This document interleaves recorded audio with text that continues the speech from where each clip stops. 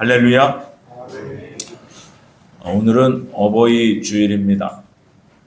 우리나라 대한민국뿐만이 아니라 모든 세상이요.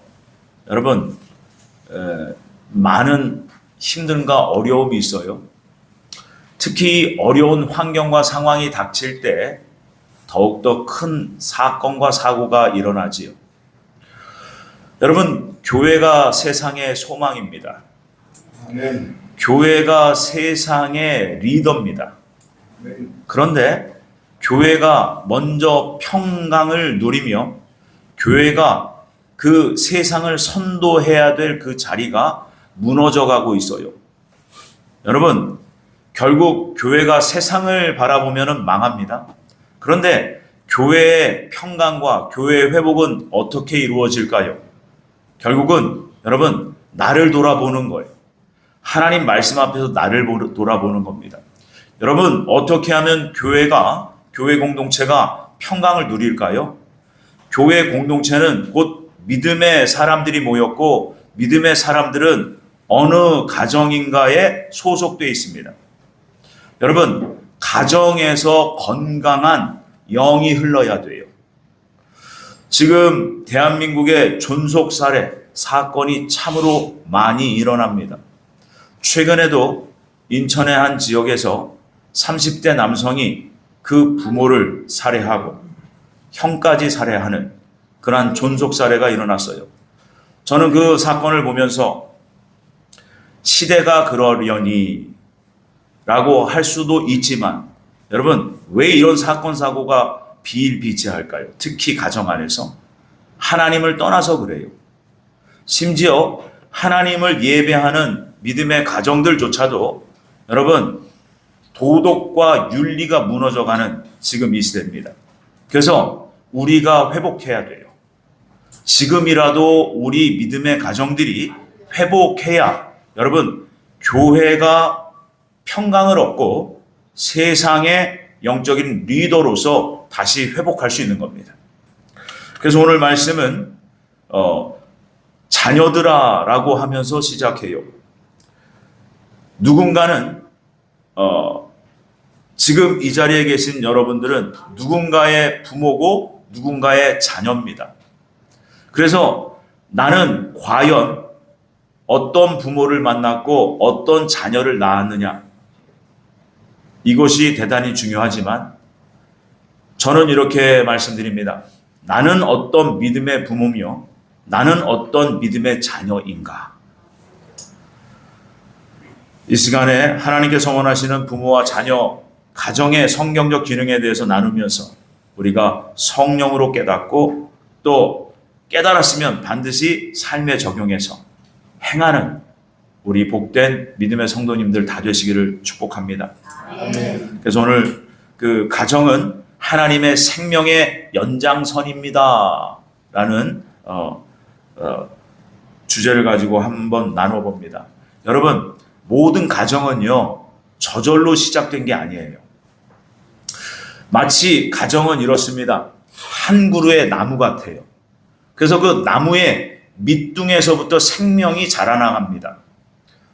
그래서 한 그루의 나무가 완성이 되려면 결국은 열매를 맺고 꽃이 펴야 되지요. 그 밑둥의 생명의 시작은 남녀 부부가 만나서 시작되는 겁니다. 그래서 가정은 한 그루의 나무와 같아요.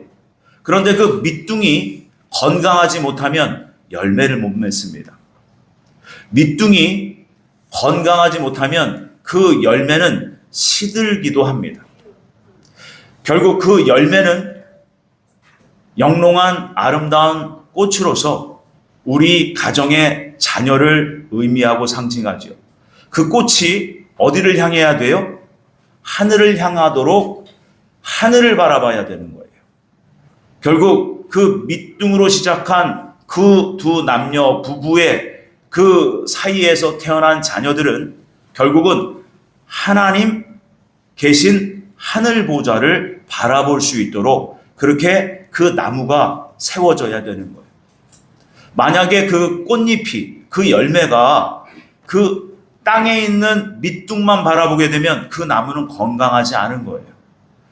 결국 성경에서 하나님 말씀은 그 한 그루의 가정과 같은 그 나무는 누군가의 사랑의 희생 헌신으로 말미암아 그 영롱하고 아름다운 꽃을 맺게 되는데, 그 꽃이, 그 열매가 하늘을 바라보도록 그렇게 건강하게 자라가야 된다 라고 말씀하십니다. 그래서 결국 그 한 가정의 시작은 남녀의 만남, 곧 부모로부터 시작돼요.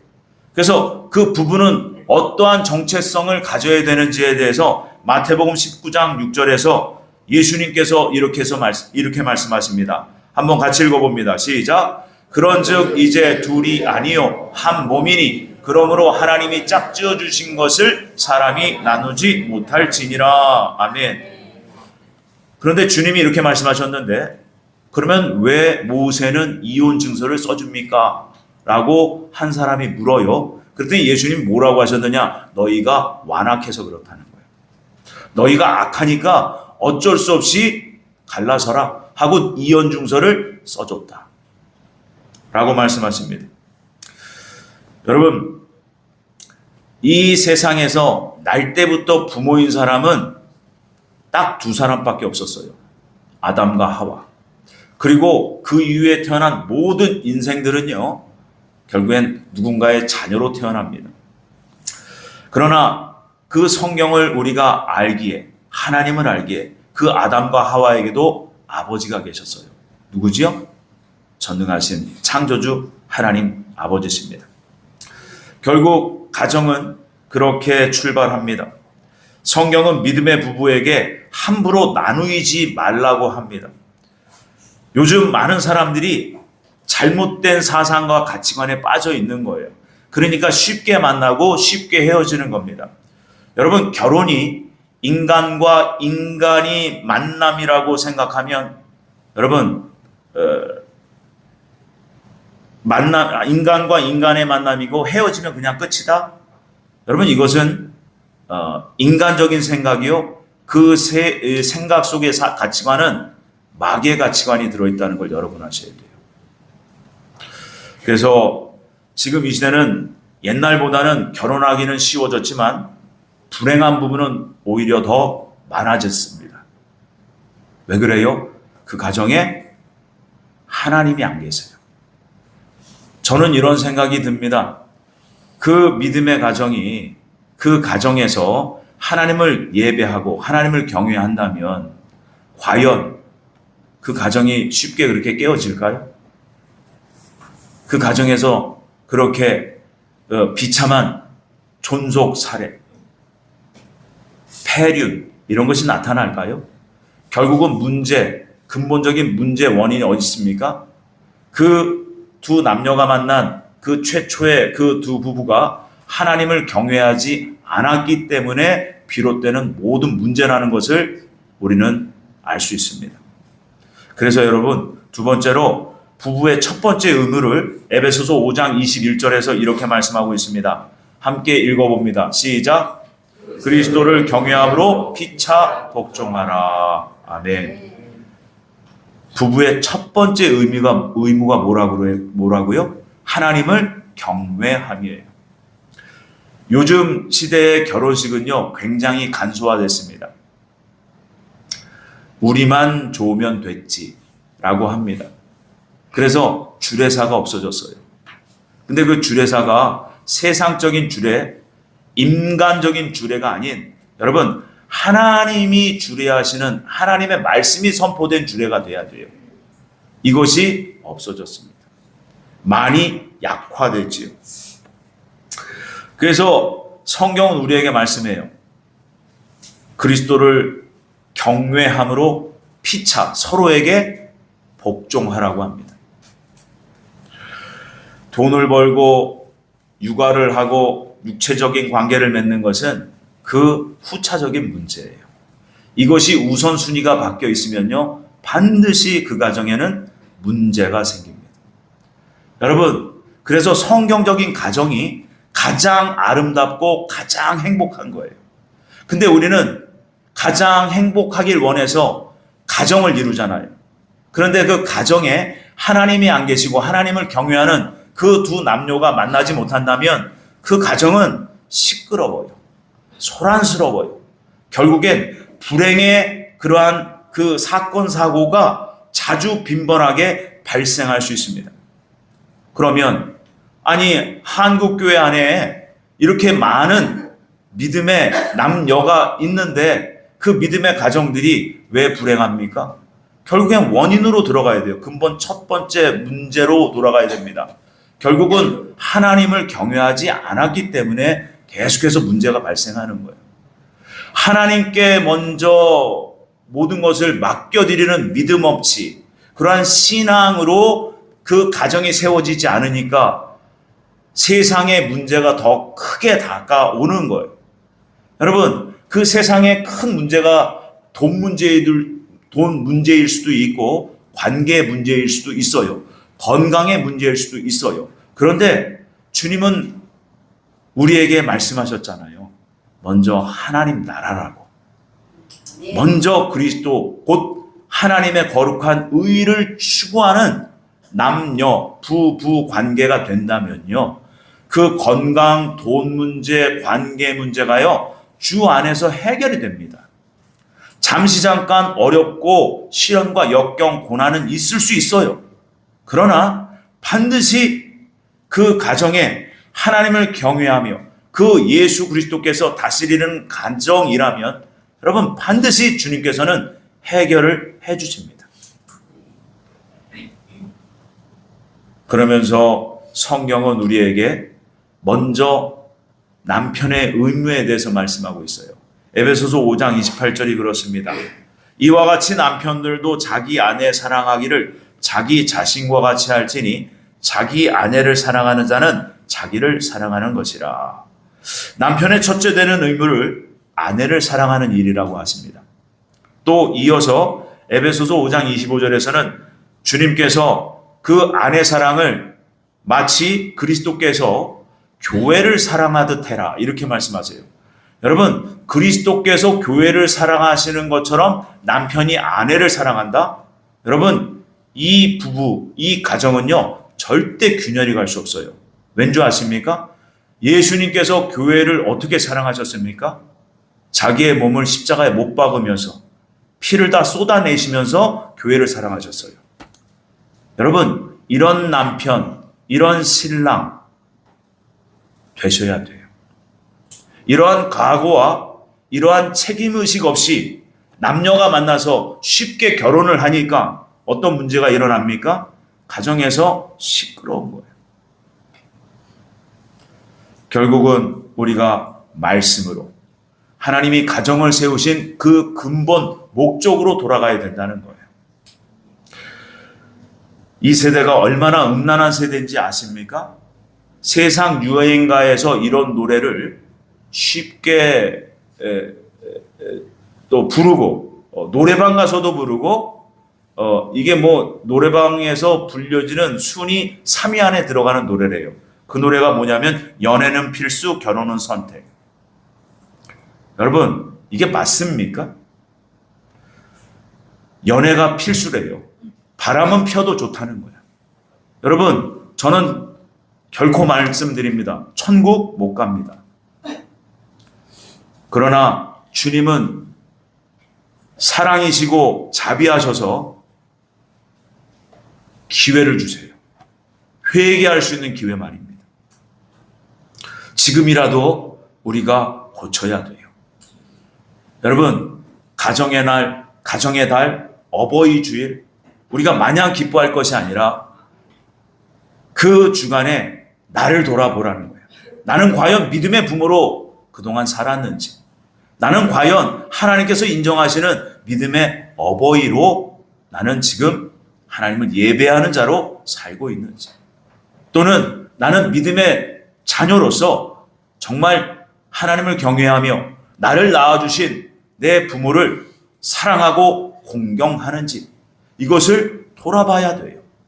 이 기본이 안 돼 있으니까 다 관계가 어그러집니다. 결국 성경은 고린도전서 3장 16절에서 너희들의 몸은 성전이라 하십니다. 성전의 주인은 성령 하나님이세요. 성령 하나님은 거룩하신 하나님, 그분 본체십니다. 그 거룩하신 하나님을 모신 성전이 되었다는 거예요. 그러면 우리는 어떻게 살아야 돼요? 성결하게 살아야 돼요. 하나님의 말씀이 오직 내 인생에 오직 길라잡이로 오직 말씀 앞에서 남편의 의무, 아내의 의무를 다하면서 사셔야 되는 거예요. 또 에베소서 5장 22절에서는 아내의 의무에 대해서 말씀하고 있습니다. 아내들이여 자기 남편에게 복종하기를 주께 하듯 하라. 여러분, 이 말씀이 지금 이 시대에 어울릴까요? 저 에어컨 좀 꺼주세요. 네. 여자분들에게 남편에게 복종하라는 이 말씀이 지금 이 시대에 가당할까요? 많은 분들이요, 말도 안 되는 소리라고 해요. 심지어 교회 안에 있는 믿음의 어머니들도 그런 소리 합니다. 왜 그래요? 여러분, 그래서 시대를 아셔야 돼요. 세상이 어떻게 변질되어서 타락했는지를 말입니다. 요즘 이런 말 하면 욕먹는 시대가 됐습니다. 왜 이렇게 됐을까? 여러분, 마귀가 세상을 지배하는 지금은 지배자예요. 그 세상 지배하는 마귀의 그 영향력에서 여러분, 그리스도를 믿고 하나님을 경외하는 남녀가 만난 그 가정은요, 그것을 회복하는 기능을 가졌어요. 이미 그 권세를 이미 주셨어요. 그런데 우리가 하나님의 말씀 그리고 그리스도의 권위를 받은 그리스도인의 가정으로서 세상을 따라가고 있는 거예요. 세상이 지금 그러니까 어쩔 수가 없지요. 여러분, 이것은 그리스도인으로서 무책임한 말입니다. 결국은 여러분, 믿음의 가정들이 말씀 가운데 하나님을 경외함으로 성경적으로 회복되고 건강해질 때 교회가 건강하고요, 나라와 사회가 건강해지는 거예요. 그런데 이러한 잘못된 생각들, 사상들이 왜 세상으로부터 왔을까요? 여러분, 이것은 마귀의 전략이고 마귀의 계략입니다. 여권 신장, 여성 인권. 여러분, 이것이 유럽에서부터 시작됐어요. Women's Rights라는 그 남녀 평등 사상을 1970년도부터 유럽에서 시작됩니다. 이 여권 신장, 여성 인권이라는 것을 주장하면서 나온 그 배경에는 여러분, 문화가 있었어요. 대중음악 문화. 그 사상이 온 세상에 퍼지는데 영국의 1960년도 후반서부터 1970년도 초반까지 활동했던 비틀즈로부터 그 사상이 퍼져나갑니다. Let it be. 날 좀 내버려둬. 내 마음대로 살고 싶어. Imagine. 천국과 지옥이 없다면 얼마나 좋을까? 이런 노래들이 세상에 나오면서 여성 인권, 그리고 남녀 평등, 히피 문화, 성적 타락. 내 성은 내 것으로 내 마음대로 할 수 있어. 여러분, 이게 히피예요. 자유주의. 그런데 이것이 성적 타락이 오고요, 하나님을 떠나는 그러한 무서운 재앙으로 온 겁니다. 우리나라는 1988년 세계 올림픽이 치러지면서 현대자동차에서 스텔라라는 여성 이름으로 그렇게 자동차가 나오면서 남녀 평등의 소리가 굉장히 높아졌어요. 그러면서 가정이 깨어져 나갑니다. 이것은 마귀의 철저한 전략이에요. 그런데 거기에 보기 좋게 하나님의 백성들인 그리스도인들이 다 속은 거예요. 그래서 저처럼 이러한 그 설교를 하는 사람을 고리타분하라고 해요. 아직까지도 시대에 맞추지 못한, 시대에 뒤떨어진 그런 설교를 하고 있다라고 그렇게 얘기합니다. 여러분들도 그렇게 생각하십니까? 저는 아니에요.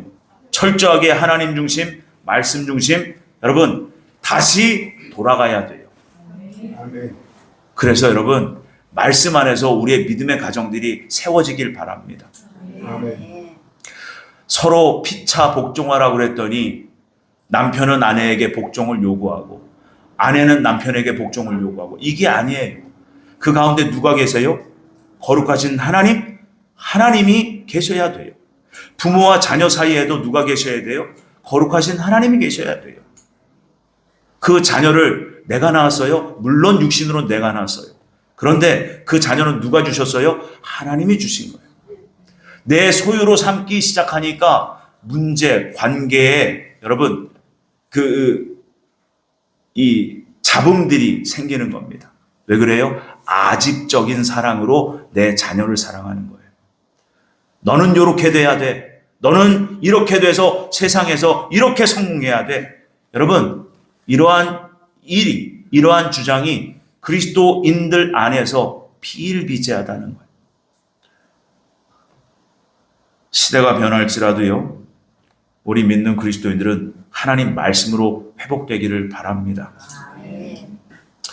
그래서 남편은 아내를 예수님께서 교회를 사랑하듯 그렇게 희생하며 은밀한 사랑으로 적극적인 열심과 열정으로 아내를 사랑해야 되고 그 하나님을 경외하는 그 남편을 둔 그 아내는 여러분 그 남편에게 절대적으로 복종하셔야 돼요.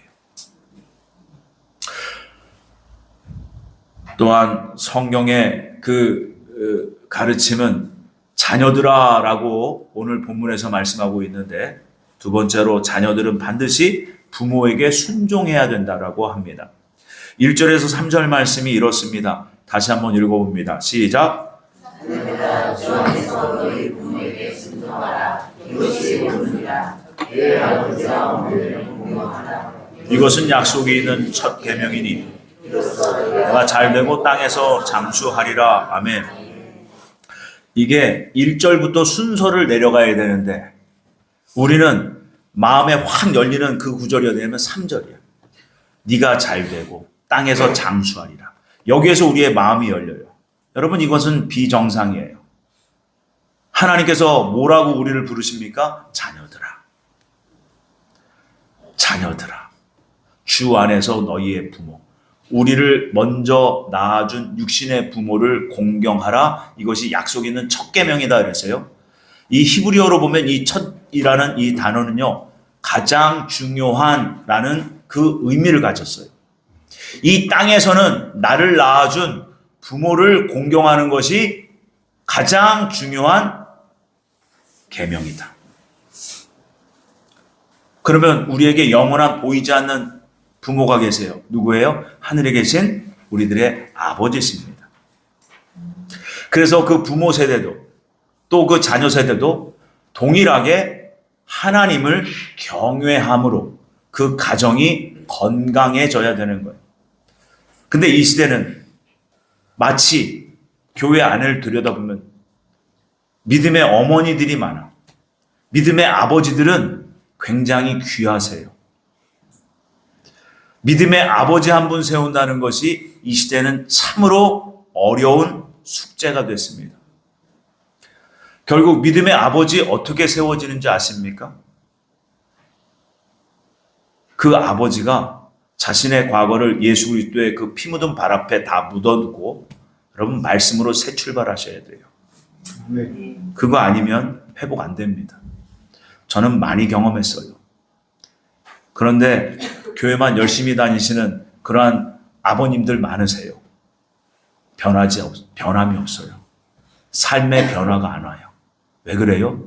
내 자신의 과거를 묻어야 돼. 특히 내 세속적인 사상, 아집적인 생각들을 예수님의 발 앞에 묻어야 돼요. 이것이 회개예요. 거기서부터 다시 시작하는 거예요. 하나님 말씀이 가정을 향해서 그 가정에 가장된 나를 향해서 어떤 말씀을 하고 계시는지를 다시 한번 발견하고 거기서부터 다시 출발하는 거예요. 그러면 가정이 회복됩니다. 그런데 이 시대에 많은 교회들은 아이고 지금은 시대가 그러니까 어쩔 수 없어요. 또 이래요. 여러분 그래서 믿음의 어머니 그 홀 믿음이라고 그러죠. 그분들은 여러분 가정에 남편을 위해서 열심히 눈물 뿌려 기도하셔야 돼요. 그 이유가 우리 자녀 세대가 올바르게 믿음의 다음 세대로 세워지려면 우리 가정에 그 육적 가장이 영적 가장으로 변화돼야 돼요. 일본에 이런 속담이 있습니다. 아들은 아버지의 등을 보고 자란다. 결국은 하나님을 경외하는 그 영적 가장이 있는 그 가정은요, 하나님이 지키십니다. 하나님께서 그 자녀들까지도 잘 되게 하셔요. 그래서 약속 있는 첫 계명이다 이렇게 말씀하신 거예요. 그 가정의 그 가장은 하나님을 경외함으로 하나님 앞에 순복하는 그 삶을 삶으로 그 영적인 영향력이 자녀 세대에게 흐르게 되어 있어요. 알게 모르게 은밀한 중에 그 자녀들은 다 그 영적인 아버지를 보고 자랍니다. 또한 영적인 어머니의 모습을 보고 자랍니다. 아멘. 그렇기에 우리는 하나님의 말씀에 귀 기울여서 영적인 가장이 되려고 힘쓰셔야 되는 거예요. 신명기 27장 16절에서는 이렇게 말씀하십니다. 하나님께서 이렇게 말씀하셨어요. 그의 부모를 경홀히 여기는 자는 저주를 받을 것이라. 모든 백성은 아멘하라 라고 명령하세요. 아멘이 선택이 아니라 아멘하라고 하나님이 명령하신 거예요.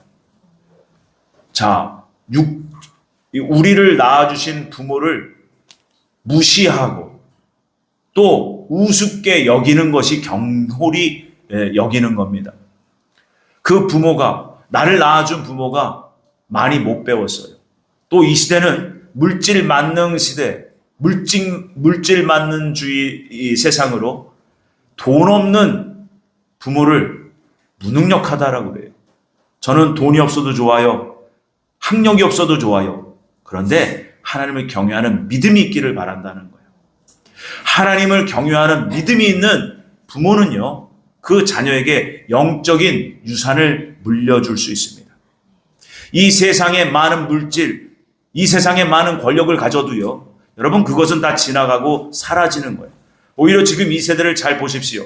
많은 물질과 많은 권력이 얼마나 큰 병폐를 낳고 있는지, 그 자녀 세대들이 얼마나 병들어 사악해져 가는지를 아셔야 됩니다. 우리나라의 이름만 들으면 알만한 굉장히 좋은 이 국제학교가 있어요. 그 국제학교에서 그렇게 왕따가 심하답니다.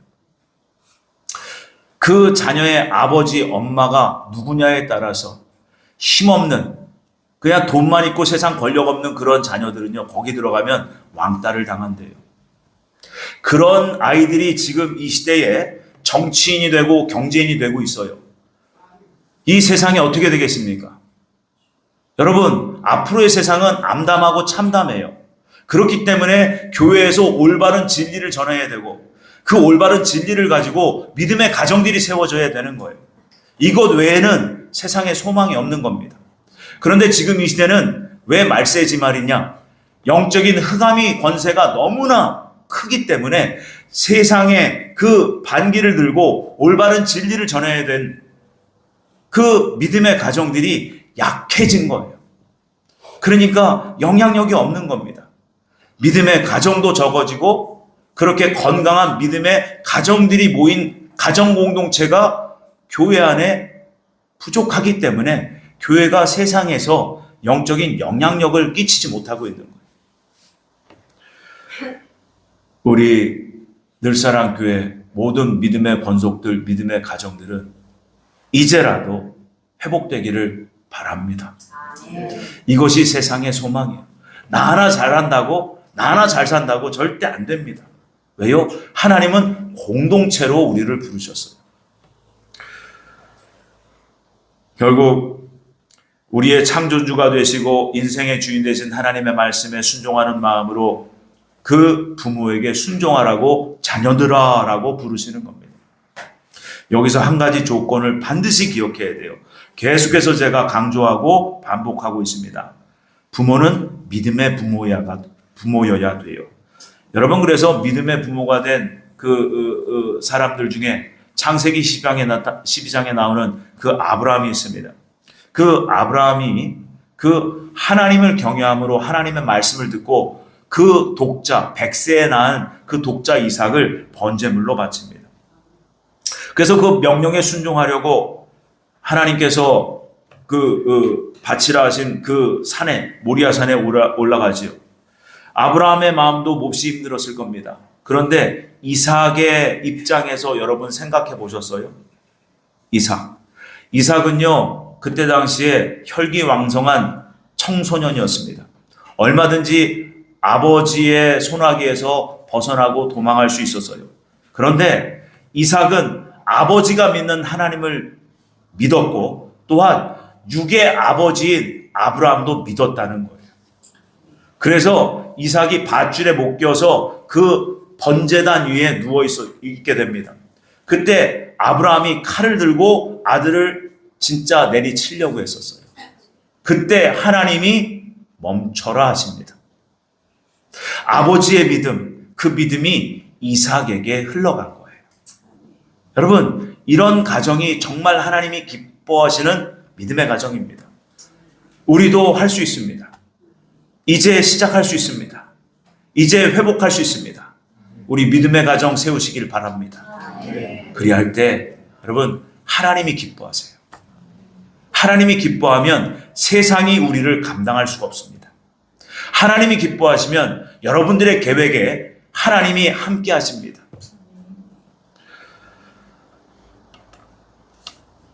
믿음의 부모는 자녀를 결국 말씀으로 양육해야 된다는 것을 우리에게 말씀하고 있어요. 그래서 세 번째, 4절에 보면 이렇습니다. 또 아비들아, 너희 자녀를 노엽게 하지 말고 오직 주의 교훈과 훈계로 양육하라. 여러분, 먼저 내가 하나님의 말씀을 알고 하나님을 경외해야 그 말씀을 내가 깨닫고 경험한 대로 자녀들에게 그 말씀을 가르칠 수가 있는 거죠. 말씀이 국어책이 아닙니다. 여러분, 말씀은 살아계신 하나님의 생명과도 같아요.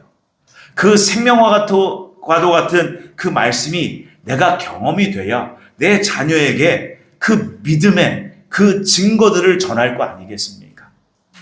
그러니 우리 믿음의 부모는 이제라도 회복돼야 된다는 거지.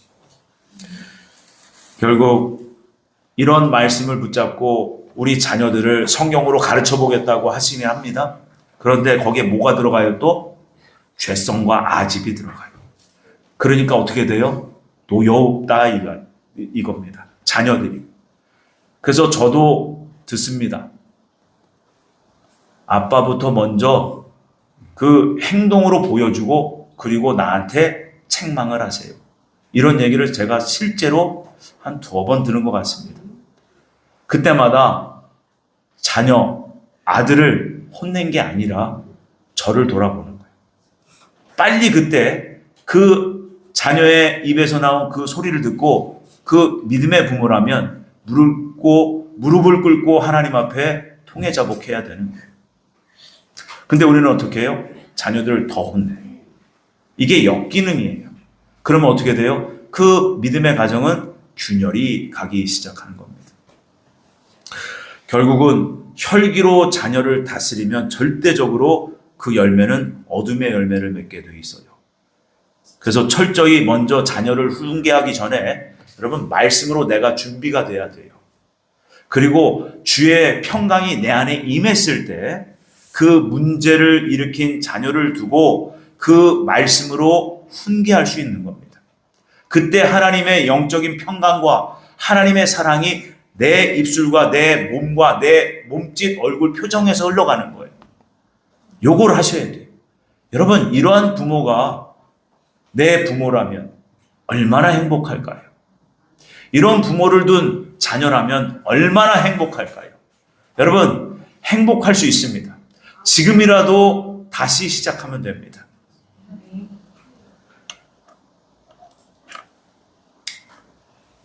그래서 신명기 4장 10절에서 하나님께서 모세를 통해서 이렇게 말씀하셨어요. 내가 호렙산에서 내 하나님 여호와 앞에 섰던 날에 여호와께서 내게 이르시기를 나를 위하여 백성을 모으라. 그 목적이 뭐냐? 왜 모으라고 하셨느냐? 내가 그들에게 할 말이 있다는 거예요.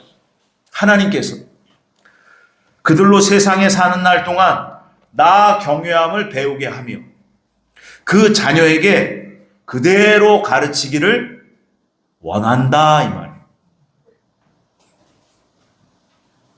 결국 우리 가정의 주인은 삼위일체 하나님 곧 우리를 구원하신 예수 그리스도가 되셔야 됩니다. 그래서 예배가 회복되어야 된다라고 그렇게 이 종이 여러분들에게 외치는 거예요. 하나님을 경외하는 예배가 회복된 그 가정에는요, 여러분 하나님이 지키시게 되어 있어요. 하나님이 은혜의 간섭을 하게 되어 있어요. 하나님의 전능하신 그 사랑의 손길이 항상 함께 하시는 그 가정이 되는 겁니다. 말씀을 맺겠습니다. 잠언서 23장 22절에 보면 하나님께서 자녀들에게 이렇게 말씀하십니다. 너를 낳은 아비에게 청종하고 내 늙은 어미를 경히 여기지 말지니라. 어떤 자녀들은요, 부모에 대한 원한을 가지고 커요. 건강하지 못한 거죠. 그런 분들을 상담하는 일이 있습니다. 왜 그럴까요? 그 가정에 뭐가 없어요? 결국은 하나님이 안 계세요. 결국 하나님과의 관계에서 그 말씀을 잘 지키는 성도는요, 사람과의 관계 속에서 또한 주시는 계명도 잘 지키는 법입니다. 그래서 인간들과 세상에 나가서 사회에서 맺어지는 그 인간관계가 있어요. 근데 지금 이 시대가 많이 병들었다는 얘기가 부모와 자녀의 관계보다도 세상에 나가서 내가 자주 만나는 친구들과의 관계가 더 우선시되는 시대가 되어버렸어요. 이것이 병드는 겁니다. 올바른 성경적 그리스도인으로 성장했다면 여러분 부모와의 관계가 최우선이에요. 그 다음에 사회적으로 맺어지는 친구 선후배 간의 관계가 2차적인 거예요. 근데 지금 이 시대는 거꾸로 됐어. 부모는 내 말을 못 알아들어. 답답해. 그러니까 내 고민을, 내 상담해야 될 그 대상을 친구로 두는 거예요. 그러니까 뭐가 돼요? 다 같이 잘못된 길로 가는 거예요. 시대가 이런 겁니다. 그러면 우리는 어떻게 해야 돼요? 내가 먼저 말씀으로 바로 서야 돼요. 믿음의 부모가. 그 다음에 본을 보이셔야 돼요. 그리고 그 권위 있는 그 하나님의 사랑의 권위로 그 자녀들을 가르쳐야 되는 겁니다. 아멘이십니까? 그래서 우리 모든 가정의 가족들에게 히브리서 12장 9절 10절에서 이렇게 우리들에게 말씀하고 있습니다. 한번 같이 읽어보시겠습니다. 시작. 또 우리 육신의 아버지가 우리를 징계하여도 공경하였거든 하물며 모든 영의 아버지께 더욱 복종하며 살려하지 않겠느냐. 그들은 잠시 자기의 뜻대로 우리를 징계하였거니와 오직 하나님은 우리의 유익을 위하여 그의 거룩하심에 참여하게 하시느니라. 아멘. 육신의 부모가 나의 만족을 채워줄 수 없는 무능력한 부모일지라도 나를 낳아주신 분이 내 부모고 나를 길러주신 부모세요. 그래서 무엇보다 하나님께서 나를 이 땅에 보내주신 통로로 세우신 하나님의 대리자인 부모를 공경해라라고 말씀하신 겁니다. 그래서 하나님은 이토록 우리에게 인격자세요. 하나님은 나만 바라봐 이게 아니라 너희를 낳아준 부모를 먼저 이 땅에서 공경해야 된다 말씀하십니다. 결국 인간관계에서 가장 중요한 것은 오늘 말씀해 주세요. 부모와의 관계다. 그런데 그 부모와의 관계 사이에 항상 하나님이 계셔야 된다는 거예요. 우리들 중에서는 믿지 않는 부모도 계실 수 있습니다. 그러면 믿는 자녀로서 무엇을 해야 돼요? 믿지 않는 부모를 위해서 눈물 뿌려 기도하셔야 돼요. 여러분, 믿지 않는 부모를 믿게 한다는 것은, 그 자녀가 믿게 한다는 것은 대단히 어렵습니다. 그런데 어마어마한 큰 상이 있어요. 여러분, 길에 다니는 모르는 사람에게 전도하는 것보다 여러분, 우리 안에서 혈육으로 먼저 맺어진 그 부모와 자녀, 그리고 우리 형제자매를 여러분 복음으로 전하고 먼저 말씀으로 본을 보인다는 것은 대단히 어려운 일이에요. 이것을 잘하면요, 하늘에서 놀라운 큰 상이 있습니다. 우리가 이제부터라도 우리가 회복되길 바랍니다. 이제부터라도 우리 가정을 하나님을 경외하는 믿음의 가정으로 세우길 바랍니다. 그러한 모든 믿음의 가정들 되시기를 주님의 이름으로 축복합니다. 기도합니다. 주님, 그렇습니다. 부모에게 순종하고 부모를 공손히 잘 섬김을 통해서 가정에 평화가 임하고 평강의 왕이 되시는 하나님이 은혜로 저희들을 다스려 주심을 믿습니다. 우리를 먼저 지으신 하나님을 경외하며 하나님을 늘 예배하는 믿음의 가정들, 늘사랑교회 모든 권속들 되게 하여 주옵소서. 감사하고 예수님의 이름으로 기도 올렸습니다. 아멘.